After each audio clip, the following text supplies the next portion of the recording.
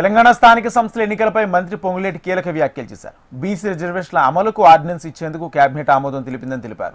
బీసీలకు 42% రిజర్వేషన్లు అమలు చేశాకే స్థానిక ఎన్నికలకు వెళతామన్నారు. రిజర్వేషన్ల అమలుకు 2018లో తెచ్చిన చట్టాన్ని సవరించాలని నిర్ణయించినట్టు తెలిపారు. ప్రతి 3 నెలలకొక్కసారి అంటే 6 కేబినెట్లలో జరిగే అంశాలు ఏవైతే ఉంటాయో వాటి మీద కూడా కేబినెట్ లో తీసుకున్న నిర్ణయాలు ప్రతి 3 నెలలకొక్కసారి కేబినెట్ లో మళ్ళీ రివ్యూ చేసి వాటిని ఇంప్లిమెంటేషన్ విధి విధానాలు పబ్లిక్ డెలివరీ చేసే సిస్టమ్ ఎలా ఉందనేది రాబోయే రోజుల్లో ఆ పద్ధతుల్లో నడపాలి.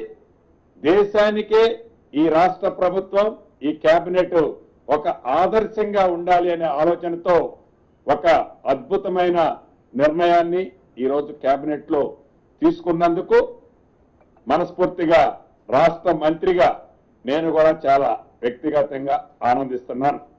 అదే రకంగా ఇందిరమ్మ ప్రభుత్వం అధికారంలోకి వచ్చిన తర్వాత రోల్ మోడల్ గా పైలట్ గా తెలంగాణ రాష్ట్రంలో 42% బీసీలకి రాజకీయంగా వారికి రిజర్వేషన్ చేస్తామని ఇచ్చిన మాటలో భాగంగా ఏదైతే మొన్న సర్వే కులగణన జరిగిన తర్వాత దాని ఆధారంగా 42%తో అసెంబ్లీలో బిల్లు ఆమోదింపజేసుకొని ఆ బిల్లుని గౌరవ గవర్నర్ గారి ద్వారా కేంద్ర ప్రభుత్వానికి చిత్తశుద్ధితో ఈ ప్రభుత్వం పంపించింది.